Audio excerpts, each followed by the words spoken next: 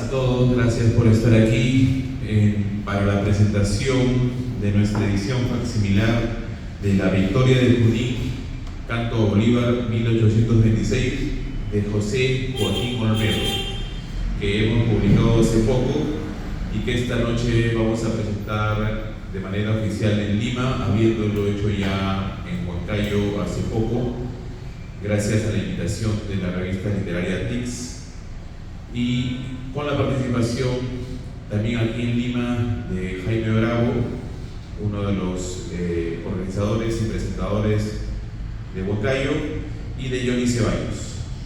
Este libro es la cuarta entrega de la colección Espejo del Tiempo de las Torres Editores, y es un libro que se publica en conmemoración del bicentenario de las batallas que sellaron nuestra independencia, o en todo caso se puede discutir también, ¿no? Da para mucho la discusión.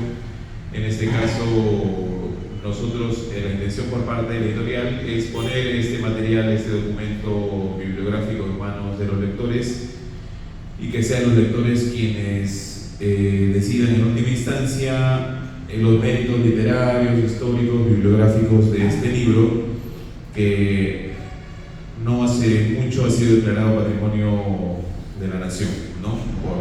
Porque es un libro muy importante y para muchos historiadores literarios es uno de los poemas que ha cantado mejor las glorias de la independencia, ¿no? De nuestra independencia. Y para comentar un poco más en profundidad hemos convocado, como ya mencionamos, a Jaime Bravo y a Johnny Ceballos, y procedo a presentarlos, y después, si hay alguna oportunidad, podemos quizá conversar y dialogar de una manera un poco más fructífera. Tenemos en primer lugar a Jaime Bravo, que es periodista y poeta, fundador de la revista TIX, junto a Roberto Salazar. Laboró por varios años en medios escritos de la región. Asimismo, fue editor del suplemento cultural Solo 4 de Huancayo. Actualmente brinda asesorías en temas de comunicación interna en gobiernos locales y colabora en los medios La Voz de Tarma, Correo de Huancayo, Primicia, Bitácora, 7 Días y Huancayo Times. Adelante, Jaime, por favor.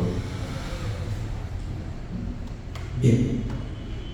Bueno, estoy muy, para empezar, bastante agradecido con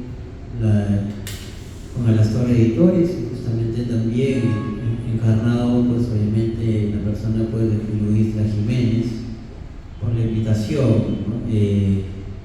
También saludando también al señor Ceballos, que también estamos compartiendo la mesa.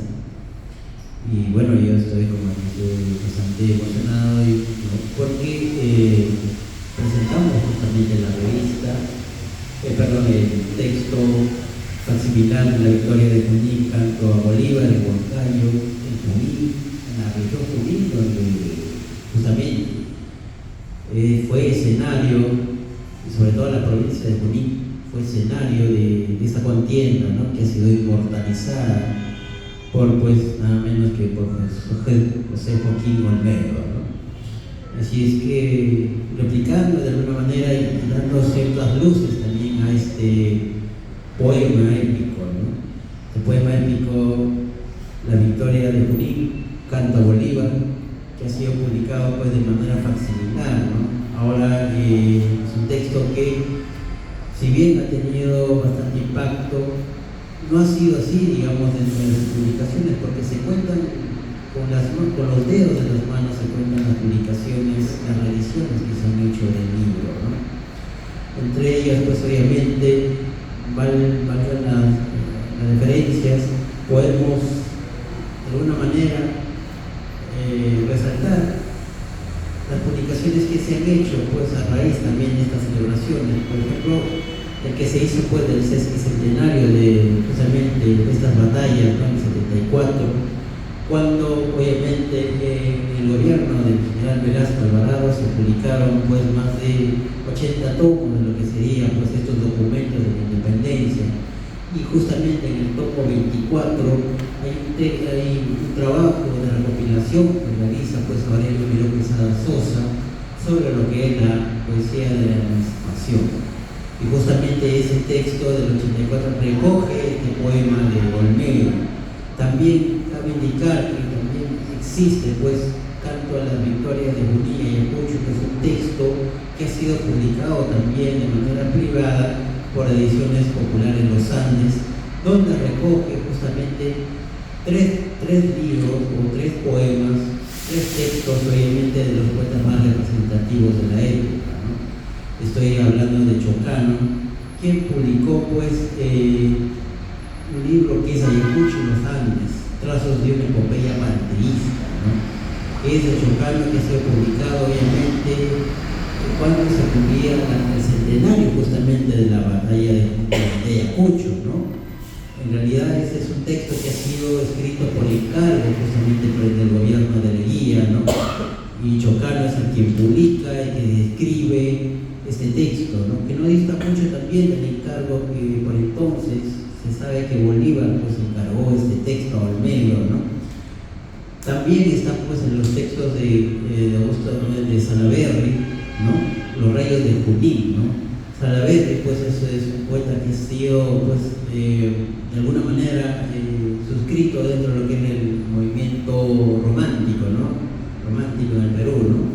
Y obviamente tiene esos atisbos en todo este poema que dedica justamente a Junín, ¿no? Y obviamente está la de Olmedo, ¿no? Y esa es lo que nos convoca, pues el texto de Olmedo, la Victoria de Junín, ¿no? Como ya lo sostiene justamente la portada, el texto es del año 1826, ¿no? Que es un texto que, según pues, los estudiosos, se ha destacado que es parte de la tercera redacción que se ha realizado, ¿no? Porque esta es una edición que se ha publicado en Londres, posteriormente se ha publicado en París.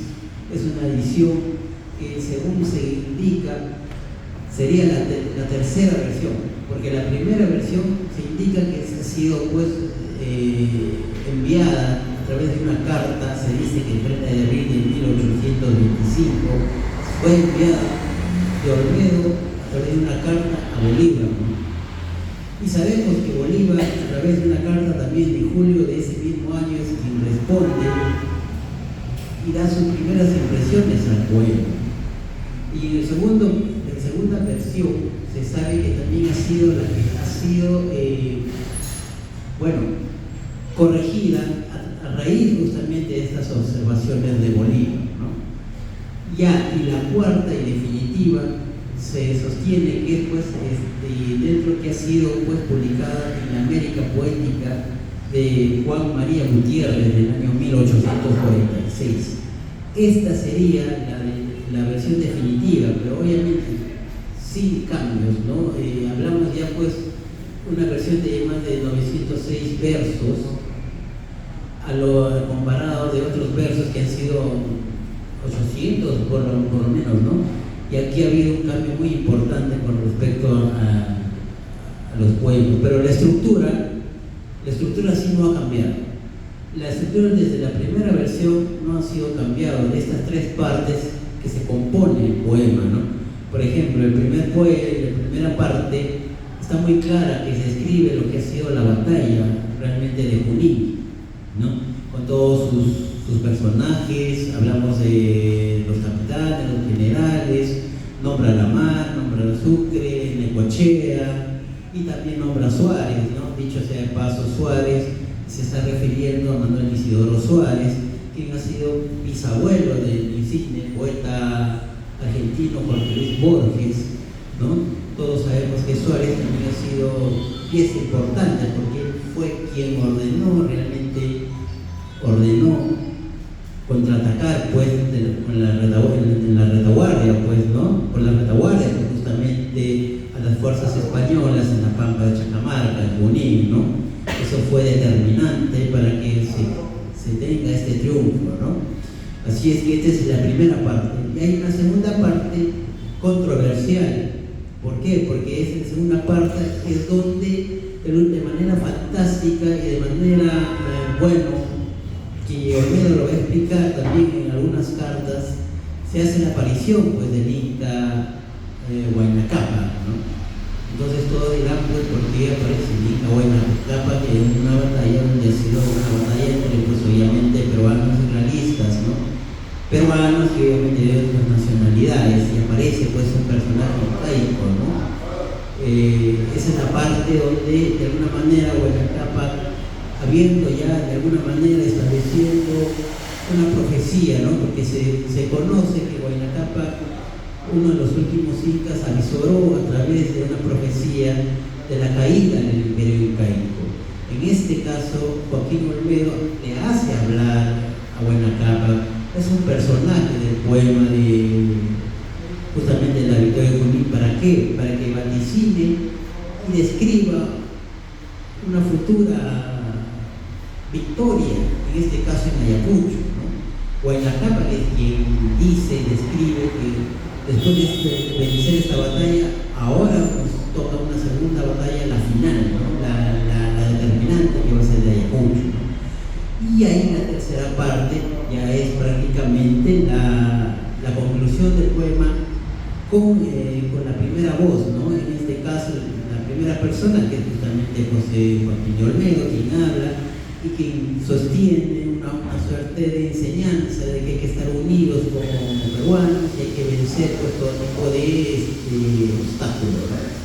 Básicamente el poema se resume en estas tres partes, pero la razón, de alguna manera polémica, y que ha sido, pues, obviamente también escrita a través de una carta por Bolívar, era su incomodidad y era de alguna manera su extrañeza de por qué, como dije, está, pues, un personaje incaico, ¿no?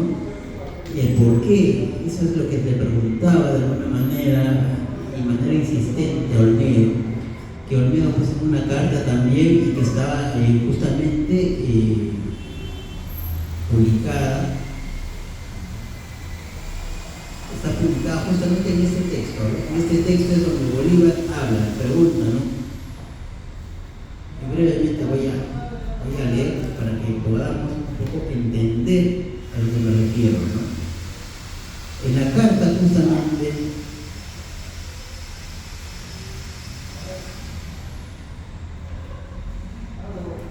justamente en la carta, Bolívar le pregunta, ¿no?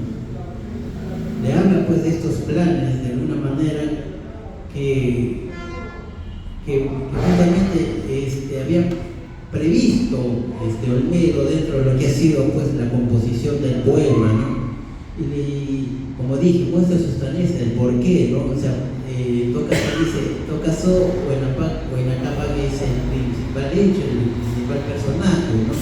Es como si tuviera un Bolívar desplazado justamente a una figura, pues, como lo es, incluso mesiánica de Huayna Cápac, porque, valga verdad, hay un texto, justamente un verso, donde habla, pues, de donde obviamente tú, Bolívar, vas a estar a mi diestra, ¿no? Es como si es un Cristo que ha surgido de los cielos, que está esperando, pues, en gloriosa venida también de Bolívar, obviamente. Sin embargo, Olmedo, con todas estas, pues, de alguna manera, displicencias y bastante se congracia con Bolívar al indicarle que en realidad esto era parte inicial de su poema, ¿no? ¿Por qué? Porque él quería de alguna manera juntar estos dos hechos, ¿no? Colocarlos en un mismo acto, es decir, la batalla de Junín y la batalla de Ayacucho. Entonces, ¿cómo iba a funcionar esto? ¿De qué manera íbamos a trabajar eso? ¿Por qué? Porque de alguna manera también en la batalla de Junín sabemos que Bolívar no participó de manera directa, sino que participó fue en Necochea. Y por el lado de la batalla de Ayacucho sabemos que Bolívar ni siquiera se acercó a Ayacucho. Bolívar se retiró, no participó, de hecho. Y quien participó fue Sucre, ¿no? Dos generales. Entonces, Olmedo dice, ¿cómo juntar estas dos partes sino a través de otro personaje, ¿no? Que pueda cantar estas hazañas, que pueda elogiar estas hazañas, ¿no? Entonces vamos a colocar un personaje, ¿no? Vamos a forzar, bueno, de alguna manera, entre comillas, forzar un personaje que es Huayna Cápac. Y esto, de alguna manera, como ya lo sostuvo en un artículo muy interesante Carlos Orihuela, esa es de una manera de unir tanto pues obviamente los reclamos y los atropellos que ha sufrido el Imperio Inca, la muerte a manos de los españoles, justamente de manos de estos españoles, ¿no?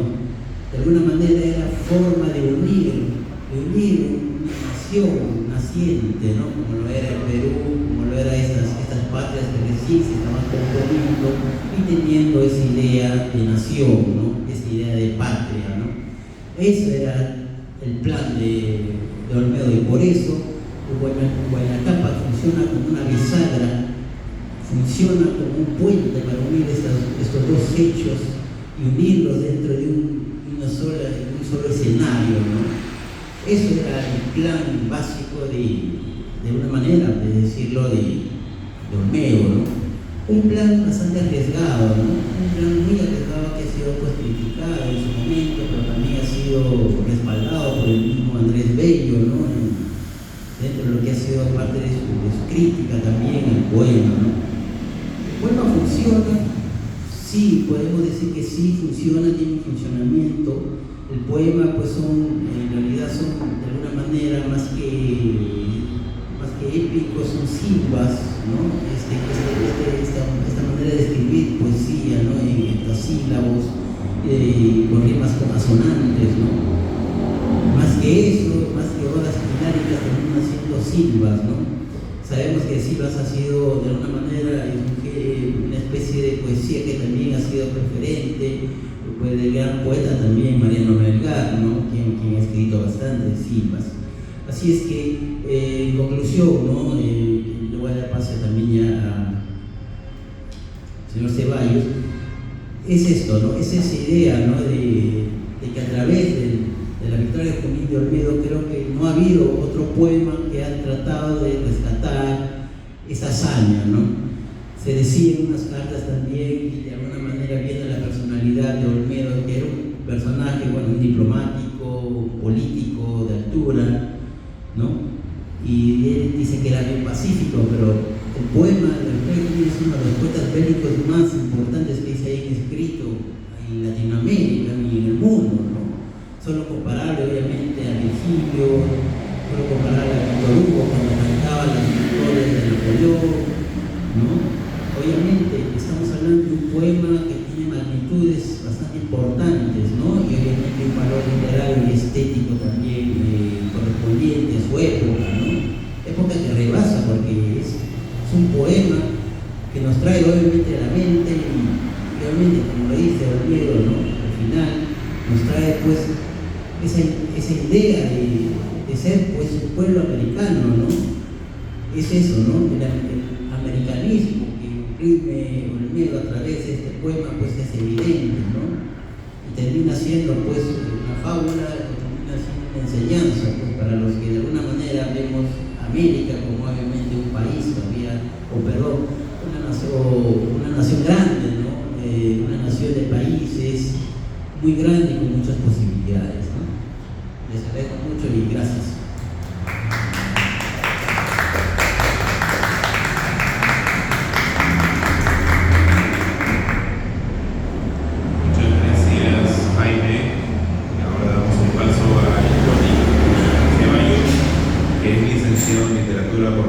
Nacional de Mayor San Marcos y candidato a magíster en literatura peruana y latinoamericana por la misma Casa de Estudios. Ha publicado artículos académicos en las revistas Letras, Boletín de la Academia Peruana de la Lengua, Boletín del Instituto Rilagüero, Ajos de Zafiros, y en la revista electrónica El Hablador, entre otros medios importantes del círculo literario y cultural. Además, es autor de la edición crítica de la novela Nureddin Khan de Trinidad Manuel Pérez, considerada la primera producción literaria sobre la inmigración china al Perú, la misma que fue publicada en 2020. Asimismo, ha participado como ponente en congresos literarios en nuestro país y en Estados Unidos. Su tesis de maestría justamente tiene como tema principal la obra poética de José Joaquín Olmedo y su relación con la tensión político-cultural durante el periodo independentista. Actualmente se desempeña como docente universitario. Buenas noches ya a todos. Primero quería agradecer a Julio por la invitación y a las dos editores por la publicación del libro, que creo que es necesario, ¿no? Justamente para repensar un poco el secundario de lo que significó la batalla de Junín y Ayacucho. Bien, hace un momento, justamente, Jaime estaba comentando sobre el libro. Es interesante primero pensar en quién fue Olmedo. José Joaquín Olmedo fue un poeta y político, nacido en Guayaquil. Sus primeras publicaciones en realidad datan de 1806 y él tiene una llamada Poema de Circunstancias. Tenía ese nombre aquellos poesías o escritos dedicados a reyes o virreyes, por ejemplo, en el caso nuestro. Él tiene una famosa oda a Abascal. Lo interesante de esta primera producción es que ya se muestra digamos, las dotes de poeta del Olmedo y cómo, de alguna forma, ¿no?, la poesía servía para poder elogiar, alabar a los reyes como poetas. Se comparaba, por ejemplo, a los virreyes con Apolo, los dioses del pasado griego latino. Si tenemos en mente, por ejemplo, la figura de Luis XIV, el rey, ¿no?, francés. En el de Versalles, por ejemplo, aparece como Apolo, montado en su carro con 6 caballos. Justamente la figura de este carro o vehículo, ¿cierto?, va a servir como elemento a los reyes. Bueno, Olmedo también, digamos, por sus virtudes, tanto de la poesía como de jurisprudencia, él va a ser, por ejemplo, estudiante de jurisprudencia, no hablamos de la Universidad de San Marcos, a veces lo olvidamos. Olmedo tuvo un periodo en el cual estuvo aquí en Lima y produjo también poesía en Lima. Y por esa razón, él va a ser luego elegido diputado en las Cortes de Cádiz. Lo que sucede es que, para poner un poco en contexto cómo fue esto del Corte de Cádiz, España va a ser capturada por la invasión napoleónica, ¿no? Entonces, el rey va a ser conducido de Madrid hacia Francia, un rey cautivo.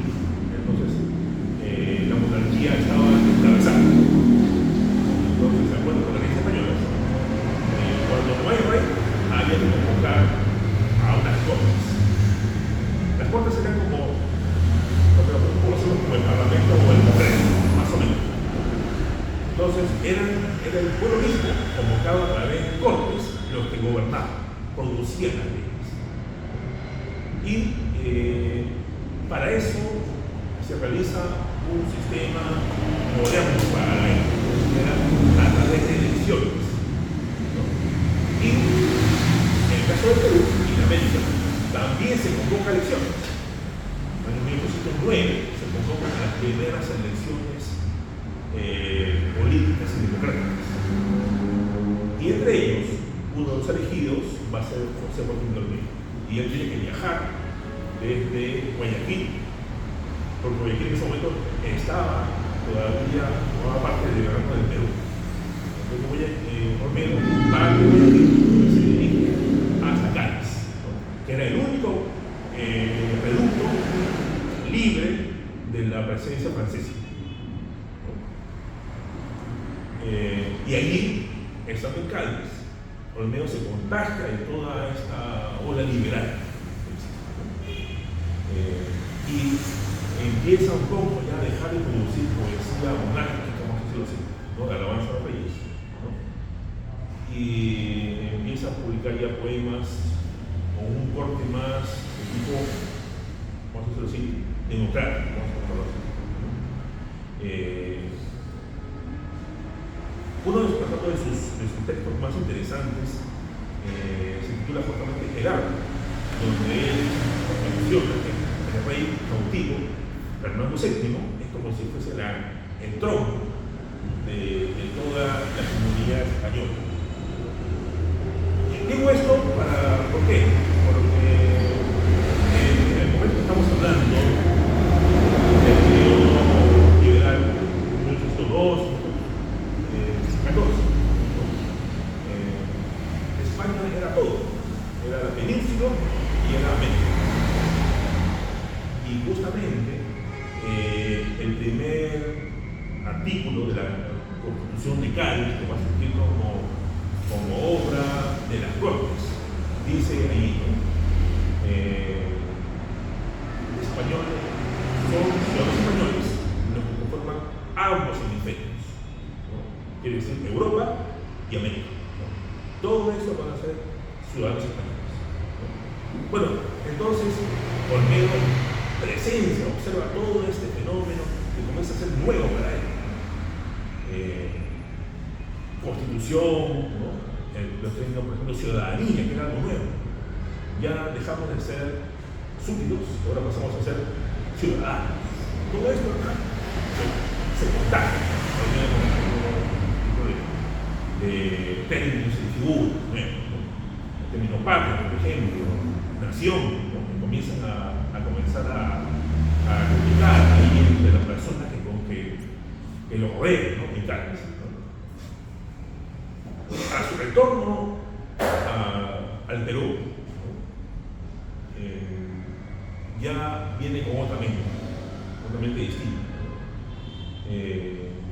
Y escribe, por ejemplo, un poema que se llama Marcha, en el cual ya vemos justamente por primera vez, ¿no?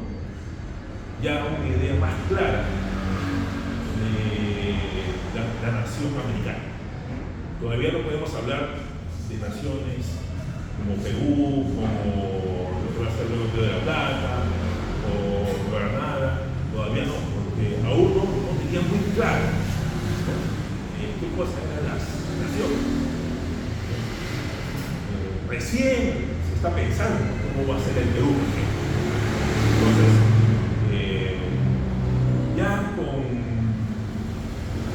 su primera producción en serio, como se puede decir, la película de Junín, con esta más alabada y toda su creación literaria, ya estamos hablando de un poema consagrado. Y si leemos efectivamente, como mencionó Jaime en su momento, y él cita la carta que le dirige Bolívar a Olmedo. Bolívar se queja, ¿no? de Olmedo, de por qué le había dado tanto espacio al Inca o al campo. Dice, él es el genio, él es el creador, él es como el libertador de América, ¿no? Y si comparamos los parlamentos en los cuales aparecen ambos personajes, quiere decir lo que hablan ellos. Olmedo le dedica a Huayna Cápac 376 versos del parlamento, del discurso del Inca. ¿Y cuánto le dedica a Bolívar? Solamente 13 versos, ¿no? Entonces, esto fue lo que más le irritó a Bolívar. ¿Por qué el Inca tenía que ser más importante que yo? Más o menos algo así. Y como sabemos, pues, ¿no? Bolívar tenía un ego, pues, gigantesco, ¿no? Entonces, eso le impactó muchísimo. Ahora, lo que sí es cierto es si comparamos las descripciones de ambos personajes en el poema, observamos que a Bolívar le dedica adjetivos monárquicos. Por ejemplo, lo llama Augusto, lo llama César, ¿no es cierto? En cambio, el discurso del Inca es más bien liberal, ¿no? Es como si el Inca fuese una etapa republicana. En cambio, Bolívar fuese más bien monárquico, ¿no?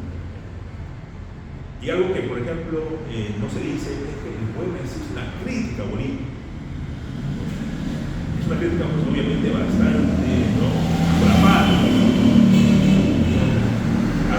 La primera lectura, si nos dirigimos a leer el texto, no lo vamos a notar tan fácilmente.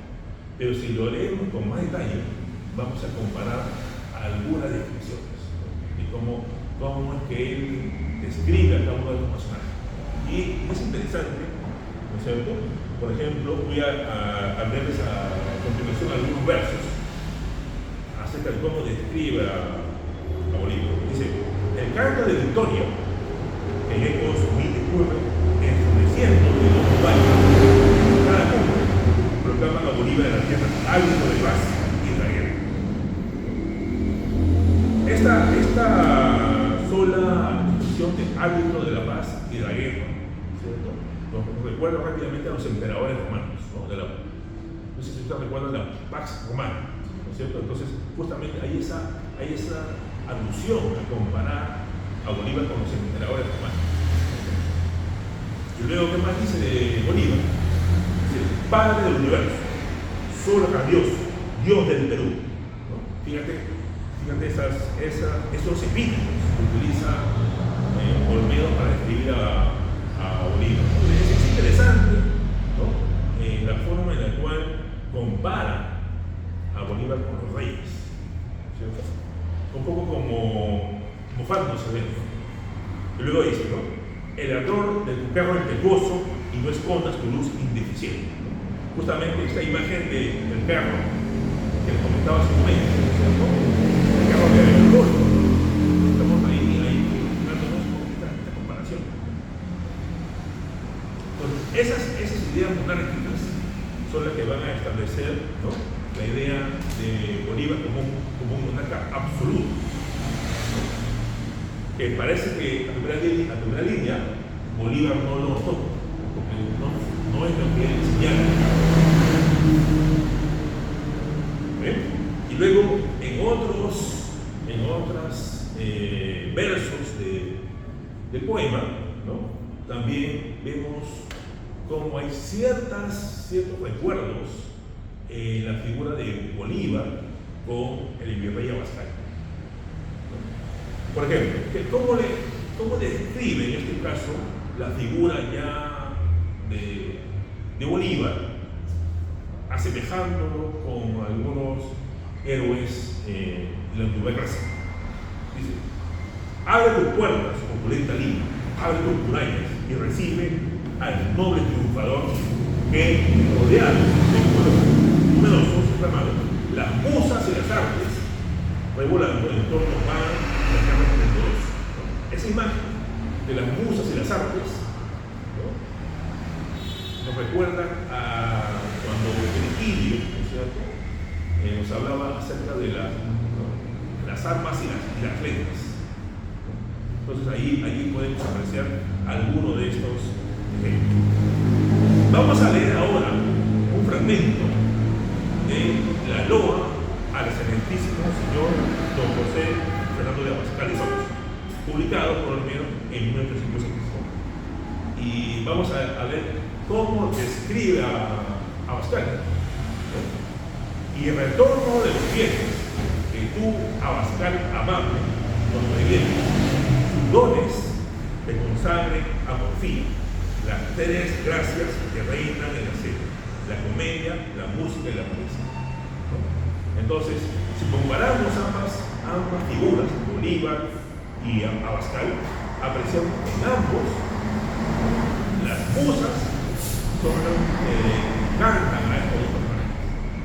Entonces, no es casual la referencia a esta imagen monárquica de Bolívar. Ahora, dice, ¿cuál es la descripción que podemos observar en el caso de Huayna Cápac? ¿Qué es lo que nos dice Huayna Cápac? Y lo interesante en este caso es que la presencia del Inca en realidad es la columna vertebral del texto. No es Bolívar, es Huayna Cápac. ¿Por qué? Porque a través de esta imagen del Inca, observamos más bien al colectivo criollo, O sea, no es un inca andino, es un inca criollo, ¿no? Es como que los criollos se apropian de la figura del inca para hablar a través de él. ¿Okay? Entonces, es como un inca que representa a la comunidad criolla nacional. ¿No? Entonces, podemos decir que esta representación de este sujeto andino, hegemónico, inca, se convierte en algo así como el arma retórica de los criollos. ¿No? Es como un símbolo, vamos a decirlo así, de la nueva identidad nacional. ¿No? Entonces, si hacemos la operación, ¿no es cierto?, los españoles vencen a los incas, entonces tendrían que ser los incas los que tendrían que regresar para retomar el poder. Pero claro, no van a ser los incas, van a ser los criollos. La independencia fue criolla, no fue en realidad andina, vamos a decirlo así.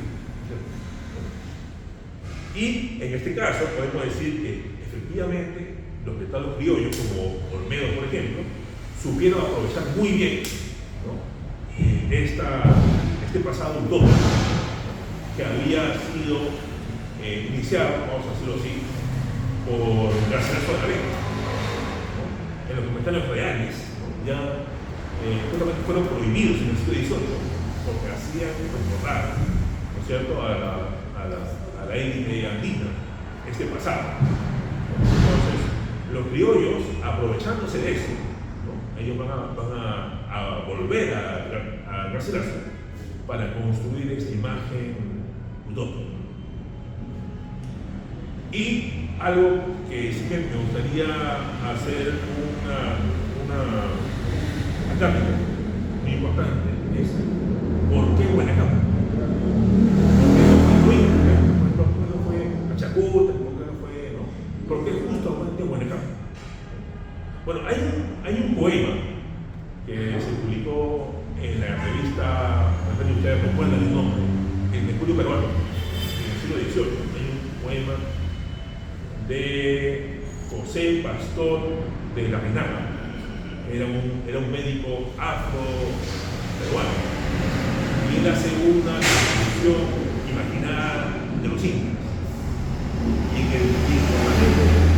Y en los versos dedicados a Huayna Cápac, ahí figura que Huayna Cápac va a regresar. Entonces, muy probable que Olmedo haya leído ese poema. Y efectivamente, ahí vemos que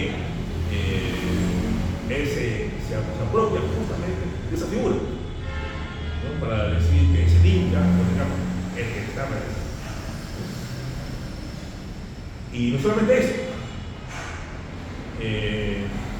dice este poema publicado en el Mercurio Peruano que Huayna Cápac es como el inca que ya estaba preparando el camino para la llegada de la religión católica. Y si leemos en el poema de Olmedo, ¿qué es lo que dice Huayna Cápac? Reclama a los españoles haber abandonado las bases de la religión católica. Entonces, está todo muy claro por qué Huayna Cápac. Creo que la imagen que ya nos está dando a entender por qué eligió a este gobernante. Bien, entonces, podemos decir en este caso, ¿no?, que este discurso, ¿no?, de este inca, ¿no?, criollo, ¿no?, opera a partir justamente ya de algunos conceptos, algunos preceptos que ya Olmedo tenía en mente. No podía ser Bolívar, no tenía que ser alguien del Perú, ¿no?, y qué mejor que el inca, ¿no? Entonces, justamente estas ideas son las que van a ayudarnos para conseguir esta imagen, ¿no?, de entrada de un soberano andino. Pero no solamente eso, el poema también nos muestra, además de estas imágenes, a un Olmedo que ya está cada vez más convencido de estos conceptos liberales, estos conceptos republicanos, y vamos a observar, por ejemplo, la presencia de términos como nación, por ejemplo, que no lo menciona mucho tampoco, apenas unas 3 veces. Y el término nación se podría entender más bien como la imagen similar a la del pueblo. En un momento, en el poema, el Inca Huayna dice lo siguiente: jefe de mi nación, nobles guerreros, oí cuando mi oráculo previene y requerí los ínclitos aceros. Jefe de mi nación, no dice jefe de mi, ¿no? ¿Por qué el término jefe? ¿Y por qué el término nación? Entonces, el término nación aquí está señalando más bien a un colectivo más bien pequeño y no todavía una cuestión más grande, todavía no. Pero lo que sí nos sorprende es que el término más bien patria aparece en el texto hasta en unas 18 veces.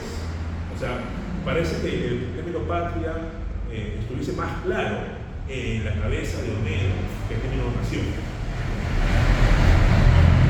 Quizá sea porque todavía no está en la mente, ¿no?, de Bolívar, perdón, de Olmedo, la imagen de decir que la nación representa a toda la ciudadanía.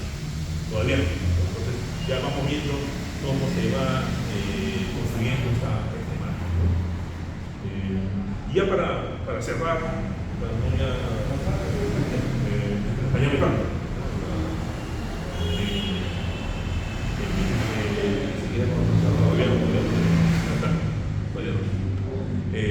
quería también indicarles lo siguiente, ¿no? Así como algunos textos de la novela clásica y también modernos inspiraron algunas producciones pictóricas. Por ejemplo, La Eneida de Virgilio inspiró algunos objetos gráficos, o por ejemplo también Amadís de Gaula, la novela de caballerías, también inspiró alguna pintura. Lo mismo sucedió con la Victoria de Junín, también inspiró algunas producciones pictóricas. Hay un famoso cuadro en el que se representa, ¿no?, a la vicuña, ¿no?, aplastando al león. La vicuña representa, en este caso, el símbolo de la patria peruana, y el león representa también a España. Entonces está clarísimo esta imagen. Lo curioso es que aparece también ahí un Inca en este cuadro, pero no es el Inca como lo tenemos en México, sino este Inca que va a aparecer en esta imagen. Parece que quien pintó este cuadro un Inca occidentalizado, un Inca más bien como lo pensaban los europeos, ¿no? Y es curioso porque en el siglo XVII un tratadista italiano llamado Cesare Riva publicó una serie de imágenes, unas fotografías, cómo debían ser, ¿no?, los sujetos horáneos de Europa, cómo debía ser el indio americano, cómo debería ser el africano, cómo debería ser el asiático. Y la pregunta es, ¿cómo era el indígena para los europeos del siglo XVIII, por ejemplo? Y César Riva lo describe de esta forma: debe ser una mujer desnuda y de color oscuro, mezclado de amarillo, será fiero de rostro y ha de llevar un velo jaspeado de diversos colores que le cae de los hombros cruzándole todo el cuerpo hasta cubrirle enteramente las vergüenzas. Sus cabellos han de aparecer así, poniéndose alrededor de todo el cuerpo un bello y artificioso ornamento. Todo ello hecho de plumas de muy diversos colores. Si recordamos, los indígenas también, ¿no es cierto?, tenían esa corona de plumas. Con la izquierda hay una flecha con la derecha, poniéndose al costado a bordo de la carta bien provista de flechas. Entonces, este Huayna que está representado en este cuadro, ¿no?, nos recuerda justamente a cómo imaginaban los europeos antiguos. Entonces, creo que se acerca más al Inca o la etapa que tenía pensado Olmedo que al Inca como pudo haber sido. Entonces, allí vemos una serie de imágenes que realmente pues, nos recuerdan mucho a la mentalidad más europea que propiamente americana. Muchas gracias.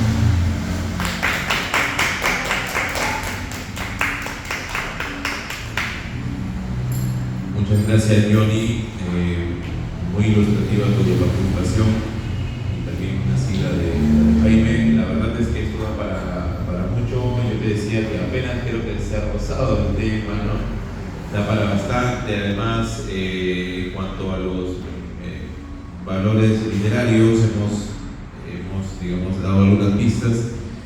Cabría decir mucho también sobre la representación, ¿no?, de cada uno de los personajes del propio Bolívar, continuar esta discusión de Bolívar y de sus críticas al poema, ¿no?, sus elogios y también sus críticas al poema.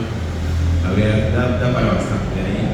Y yo quisiera terminar con una reflexión. Digamos, este poema, lo has dicho tú, es como una crítica velada a algunos aspectos de la personalidad de Bolívar. Recuerdo que Olmedo lo conoció, tuvo también una amistad fuerte, pero también una separación, ¿no? Cuando Guayaquil es anexada a la Gran Colombia, Olmedo se sintió traicionado y viajó a Perú y bueno, vivió en Perú, fue parte de nuestra primera constituyente, de la primera constitución hecha en el Perú. Es todo un personaje realmente, Olmedo, muy ilustrativo. Entonces, cabría que ver esto, ¿no? Definitivamente, ya sea la opinión que tengamos, no es un elogio a Bolívar, no es un elogio ciego, y me gustaría que lo tomemos este texto como lo que es finalmente, ¿no? Es un poema, y quisiera un poema que tiene sus propias herramientas, ¿no? La herramienta el principal aquí es la de exaltación, la de exaltar ciertos valores, cierta identidad que hace Olmedo en su retrato, y quisiera, digamos, conocer más a fondo de una manera historiográficamente más correcta y precisa. Hay muchas fuentes, ¿no? Hay muchas fuentes documentales, pero este documento literario que hemos publicado sirve para que nosotros, más que la verdad histórica, encontremos cuál era el sentir en la disputa de pareceres políticos de la época, ¿no? Las tensiones que había en la época, ¿no? Entre lo que el proyecto, digamos, de los libertadores de Bolívar, el proyecto de la élite criolla y una nación con reclamos que no era escuchada, pero en algo se filtra, yo creo se filtra la necesidad de ampliar el universo de voces que participaban en la independencia. Se filtra, creo que a través de Olmedo, ¿no? Olmedo definitivamente tiene un sentir más propio, más americano, más latinoamericanista, y es lo que filtra a través del poema, ¿no? Es muy inca, de todas maneras, como ya lo dijo Johnny, que expresa un sentir criollo, ¿no? Pero por algo se pone la figura del Inca, ¿no? Y bueno, recordemos también que este libro es es como ya les dije, ¿no? Un documento que ha sido digamos, mal conocido muchas veces, ¿no? Se ha leído mal y bueno, nosotros lo que hemos querido es ponerlo en su forma original, ¿no? Para que cada uno de nosotros saque sus conclusiones. Hay errores, no sé si han notado muchas erratas en el propio texto, ¿no? Pero eso es algo que no se puede cambiar. Es así, un facsimilar es así, ¿no? Y salió en ese tamaño y sin cubierta. Es algo bien curioso, que el libro no tiene cubierta, ¿no? Es una cosa, y es un ejemplar muy raro, extremadamente raro. No sé si saben de ustedes seguramente, ¿no? De que en los propios ecuatorianos luchaban por encontrar ejemplares, ¿no? Claro, sí. En Perú creo que solo hay 3 ejemplares en la Biblioteca Nacional de la edición, incluso hay uno que es coloreado, es pintado, ¿no? El que hemos tenido acceso nosotros no está coloreado, iluminado se decía, ¿no? Los grabados, pero tiene unos grabados muy hermosos, ¿no? Y algo muy interesante es la representación de Bolívar que hay acá, no sé si ustedes saben bien, muy diferente de los retratos que se nos pintan más heroico, ¿no? Creo que aquí responde el retrato más a lo que sería un venezolano americano de la época, más que los retratos, digamos, estilizados o blanqueados que existieron posteriormente para magnificar su figura, ¿no? Y bueno, yo entonces los invito a leer este libro de una manera directa. Les agradezco nuevamente a Jaime, a Gabriel de Bocayo Jaime para esta presentación. Y, por supuesto, una pregunta. Adelante. Sí, buenas noches. Quiero felicitarles porque me motivó venir, porque mi familia es de Junín. Mi familia históricamente es de Junín, el apellido es de ahí, de La Pampa, de la batalla. Cuando fue la batalla. ¿Qué apellido? Cachamarca, ¿no? Muy bien. Cuando migra, sacerdote y un pintor escapando de los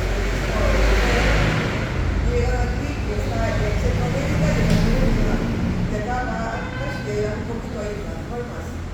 Pero bueno, el motivo era básicamente por el interés histórico, ¿no? Creo que es importante, y yo los felicito de verdad por la cantidad de información que he tenido hoy día, la oportunidad de tener ahora esta publicación que se me va a pedir, ¿no? Sí. Pero creo que es importante el bicentenario que lo puedan presentar en la Universidad del Centro, en Ohio, y en Junín sobre todo. Simbólicamente este bicentenario no fue muy deseado, ¿cómo se realizó? ¿No? Se sugiere presentarlo también en Junín. Claro, porque hay un interés de mucha gente interesada en recuperar esa historia. Esa historia que muchas veces no ha sido como lo ha señalado, a veces bien interpretada, ¿no? Sí. Entonces hay un problema de cómo interpretar estos hechos, cómo también se refieren a naciones a veces alejadas, pero cuáles son los objetivos reales. Entonces creo que ahí hay una función también de pedagógica, de alcanzar la información y más en este momento que el país necesita reflejar bastante la reflexión sobre historia y percepción política. El bicentenario creo que nos ha prestado a todos preparándonos para el bicentenario. No estamos listos, no estamos listos. Tiempo, pero creo que para mí la tarea sigue, ¿no? La tarea de reflexión sobre el bicentenario, ¿no? Porque eso es una necesidad, si lo estamos a perspectiva, no vamos a otro país. Hay mucho por procesar. Sí, algo, por ejemplo, interesante algo interesante, por ejemplo, es que tanto la batalla de Junín como Ayacucho, ¿no? El ejército realista está formado más que nada por indígenas, la mayoría eran indígenas, y en cambio el ejército patriota eran chilenos, neogranadinos, yucatenses, es algo interesante. Extranjeros en su mayoría. La mayoría Y eso era. se trató de rescatar ahora. Claro. Y creo que es importante. Lo otro con la universidad, ¿no? Soy docente de San Marcos y creo que sería oportuno el próximo ciclo, el próximo año, porque una necesidad que tenemos en la universidad es de recuperar memoria histórica. Sí. Y no solamente vinculada a la década, a veces se habla del siglo XX, no, y cierta década, no, de la raíz. ¿Cómo construimos identidad si no estamos recuperando historia, ¿no? Creo que eso, la revolución facultad de letras, pero también las trampas sociales. Yo creo que para ambas es educación, ¿no? Creo que es importantísimo. Y bueno, Sí, esperamos. la comunicación, porque creo que Le agradezco mucho y no, con gusto con todos. el profesor mexicano estuvo hace poco visitándonos, no pudo dar su exposición porque cerró la universidad. Él está interesado en hacer temas de universidad. Todo lo que pueda recuperar es que lamentablemente tuvo profesores que no lograron. Ya no se permitieron. Hay bastante interés, creo que es muy Sí, importante. nos tomamos la palabra para poder presentarlo también allá, con todo gusto. Y bueno, es verdad, el Bicentenario nos tomó por sorpresa a todos. De hecho, este libro debió quizá publicarlo el Estado, no sé. Sí, lo ha publicado una editorial independiente, pero bueno, ¿no? Sí, al final no importa quién lo haga, lo que importa es que está hecho, ¿no? Así que bueno, los invito, vamos a dejarle un precio especial por esta noche. Y nuevamente gracias y esperamos que nos sigan. Somos de Arastor Editores, síganos en redes y nuevamente agradecidos a Johnny y a Jaime que nos han ilustrado mucho sobre este libro. Hay mucho por conversar todavía y bueno, el Bicentenario no se ha terminado todavía, ¿no? Tenemos todavía para pensar mucho. Bueno, sí.